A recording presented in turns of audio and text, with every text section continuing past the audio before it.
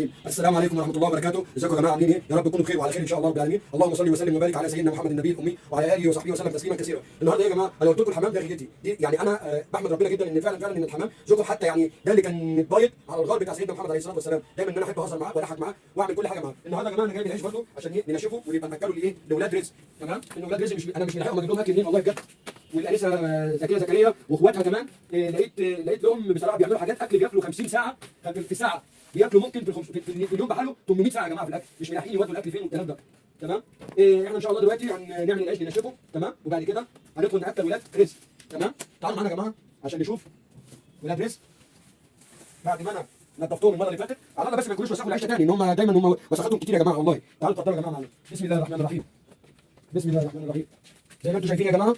تمام؟ انا ببدا ااكل الحمام بتاعنا. تمام؟ الانسه ناني طبعا يا جماعه زي ما انتم شايفين. تمام؟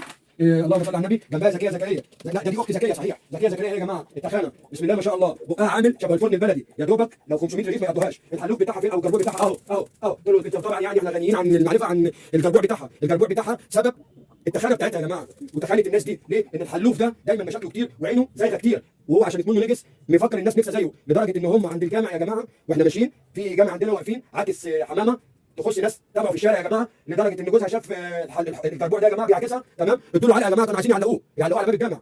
ازاي ان انت تعاكس الست دي، وازاي ان احنا قدام جامع يا حيوان تعاكس؟ دايما طبعا بقى زكيه زكريا في ما تفهموش هي فين ولا هو يعرف هي فين. هي يا دوبك تاخد اخواتها وينزلوا الاراضي الزراعيه بالليل عشان يقدروا يسحبوا شويه حبوب، هي واخواتها ما تفهموش بيعملوا في الدار بالليل. يعني بتودي نفسها في داهيه ومش خايفه من الضلمه يا جماعه هي واخواتها عشان نص الليل يا جماعه.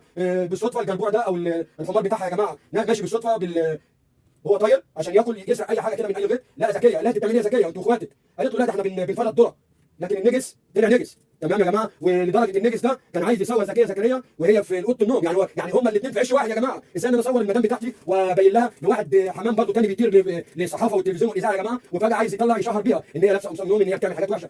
حيوان حيوان حيوان عشان هو شمال مفكر الناس شمال كلها. حتى زكيه زكريا يعني هربت ومشت مع ناس ثانيه وتغضب ربنا هي واخواتها عشان الحلوف ده كان يسيبهم من غير اكل. هو مستني زكيه تروح تجيب له اكل، زي ما انت شايف يروح يقول لها يا زكيه جبت الاكل، يا زكيه جبت الاكل اهو. اخته ضربته، اختها ضربته يا جماعه. ويا ريت نتعرف كمان على شاويش حنفي. شاويش حنفي يا جماعه سمع الكلام وانا احبك قوي كده فعلا انا احبك كده واحترمك يا شاويش حنفي. خليك في بيتك وركز في بيتك. برضه زكيه زكريا يا جماعه هي بتعمل ان هي حميه الديار وبتحب شاويش حنفي، بس هم ما بيحبوش بعض لدرجه الشاويش دي. شوف ناني رقيقه يا جماعه، عايزه تعيش وعايزه تقول تعيش على محتواها يا جماعه، ناس محترمه، بس دايما زكيه ماشيه وراها عايزه تعمل في اي مصيبه اهي زي ما انتم شايفين، عايزه تستنيها هي تطلع فوق وتقول لك انا تعبانه انا مش عارف، وهي سبب الوساخه كلها. ماشي؟ احنا مش هنسلمها يا جماعه عشان احنا ده الوسخ الاولاني. وانتم عارفين بقيه الناس الثانيه يا جماعه ما لهمش اي حاجه، ما لهمش اي لازمه.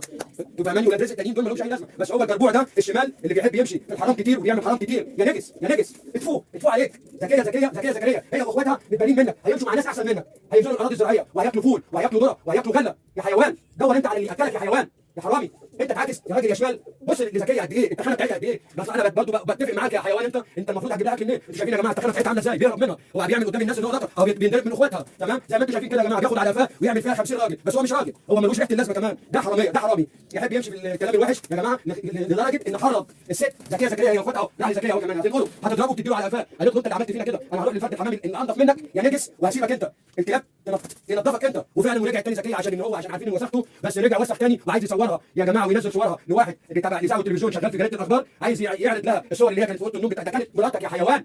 اتفوق على تربيتك، اتفوق. انتوا تربيتكم ايه؟ اعمل حساب ان انت عندك اولاد يا حيوان. طبعا ان هو اكبر واحد في اخواته طبعا يا جماعه وبيحب يعيش في دور ان هو عنتر ابن شداد، بس هو قفا بياخد على قفاه كتير وبيمشي مع ناس هفا زيه كده جرابيع زيه اهو. بص كل ما يروح في حته يا جماعه ياخد على قفاه ويجري. زكيه زكريا يا اخواتها بص قد ايه التخانه بتاعتهم بسم الله ما شاء الله بسم الله ما شاء الله. يعني انت عندك زكيه بتاكل 500 رغيف، الثانيه ممكن تخش ب 350. الثالث بقى يا جماعه دايما بيحبوا بعض واخوات زكيه وهي لما عليهم. ابوهم فين بقى يا جماعه؟ ابوهم بينزل اول شهر رمضان يعمل كده بالكنافه، يرجع تاني في اخر الشهر يا جماعه يلم الكنافه. طبعا راجل في حاله وراجل غلبان، لكن الحيوان دايما هم بعدين عنه، هم عايزين يقربوا منه بيضحكوا عليه بيدوا على قفاه، بس هو نفسهم ان هو يروح في داهيه. وهي كده زكيه برضه ما بقتش تحب الحيوان ده، هي ماشيه مع واحد تاني دلوقتي. تمام يا جماعه؟ هي واخواتها على اساس ان اللي هو ماشيين معاه ده يا جماعه بيعمل عنده حفلات وعنده حاجات عائلات كبيره، لكن الحيوان ده اغرب. لو استحمى مهما استحمى او نضف ما بينضفش. دايما يعمل راجل على اي حمامه ثانيه. ده اخوه صغير يا جماعه، انتوا عارفين رجب طبعا.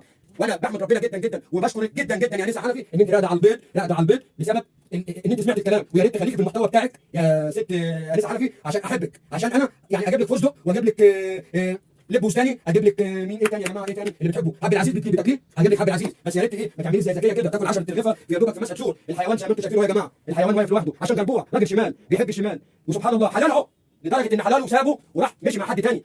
بساله بقول لها ليه يا زكيه كده ان انت ايه اللي خلاكي تروحي انت واخواتك تعملوا الكلام ده؟ قالوا عشان الحيوان بيعاكس وبيندلك كتير وبياخد على قفاه وبيعمل راجل عليا، لكن هو ما بيستحماش. ده انا بقاله يا جماعه حوالي 3 شهور ما استحماش. يعني انا بحاول ان انا املى لهم طبق كبير زي ما انتم شايفين يا جماعه. زكيه ده الوقف الجديد بتاعها يا جماعه. دايما ان هي بتقول لي انا عايزه اطير عشان اروح لحبيبي، والحيوان جوزها الحيوان قاعد لا حول ولا قوه، هو يتنطط بس كده شمال ويمين، ده اخره يا جماعه. تمام. واحنا بنقول في نهايه الفيديو على الله على الله. يعني انا كل الناس بتضربه، كل الناس عايزه تضربه بالشبشب يا جماعه، عشان ده نجس، ده نجس. خلى مراته وعايز يصور مراته ويشهرها قدام الاذاعه والتلفزيون ان هي طلعها عيانه. ما ينفعش كده يا جماعه. احنا برضه بني ادمين يا جماعه. دول حمام رقيق، المفروض الحيوان اهو لازم اخرته تحت الترابيزه عشان ده راجل شمال. وانا بشكرك جدا جدا يا انسه حنفي، وبشكرك وصدقيني ليكي فستق ولصدق وبندق، وهجيب لك عين الجمل كمان. وانا بشكرك وشويه فلفل هديهم لك برضه، مش هتطلع لك الشطه المره دي. ايوه ادعكي نفسك وغسلي نفسك ونضفي نفسك، ما تجيش مع الوسخين دول. الوسخين دول احنا عرفنا عيله رزق، خليكي بعيد عنهم، خليكي بعيد عنهم عشان تنضفي. الحيوان واقف لوحده اهو عشان تعرفوا. وقلنا يا جماعه زكيه زكريا واختها واخوها الثالث، واخواتها الثالث يا ده نتايه يا جماعه، ده نتايه مؤاخذه معلش. وشكرا يا جماعه، واتمنى ان يكون عندك رزق. وزي ما انتم شايفين الحيوان واقف لوحده اهو، كل الناس كرهاه، كل الناس اتفوا عليك وعلى شكلك وعلى شكل اللي خلفك يا واطي. ست زكيه تنزل اخر الليل نص الليل الاراضي الزراعيه عشان تجيب لك اكل يا حيوان وانت قاعد في البيت. اتفوا عليك. والسلام عليكم ورحمه الله وبركاته.